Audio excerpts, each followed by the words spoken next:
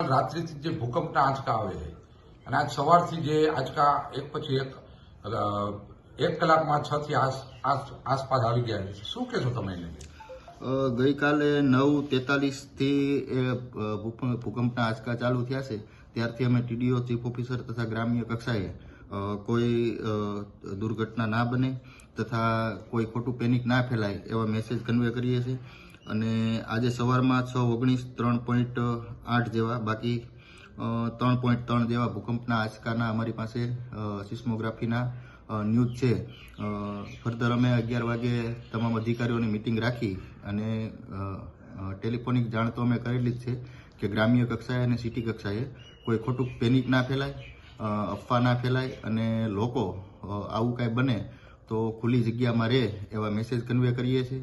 અને કોઈ ખોટી અફવાથી કોઈએ ગભરાવું નહીં અને અમે સતત આ બાબતમાં લાઇઝનિંગ કરી રહ્યા છીએ તાલુકાનું. સાહેબ, અત્યારે શાળા કોલેજો ચાલુ છે તો જે વિદ્યાર્થી અને જે વાલીઓ છે તેમાં અત્યારે મૂંઝવણ છે, તો એને લઈને શું કહેશો તમે?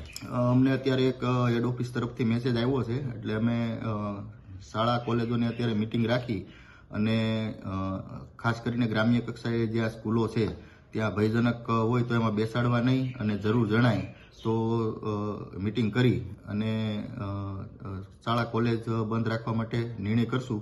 અને બાળકોને બને ત્યાં લગી મેદાનમાં બેસાડવા અને ગ્રામ્ય કક્ષાએ પણ આવું કાંઈ થાય તો શાળાના મેદાનો હોય છે, મોટા હોય છે, તો ત્યાં સુરક્ષિત રાખી શકાય એના માટે પણ મેસેજ કન્વે કરી રહ્યા છીએ અને અમે સતત આની ઉપર નજર રાખી રહ્યા છીએ.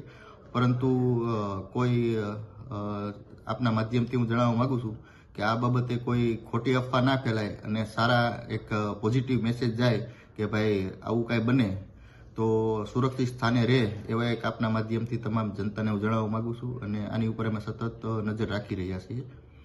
સાહેબ, આપના માધ્યમથી કોઈ પ્રજાને સંદેશ?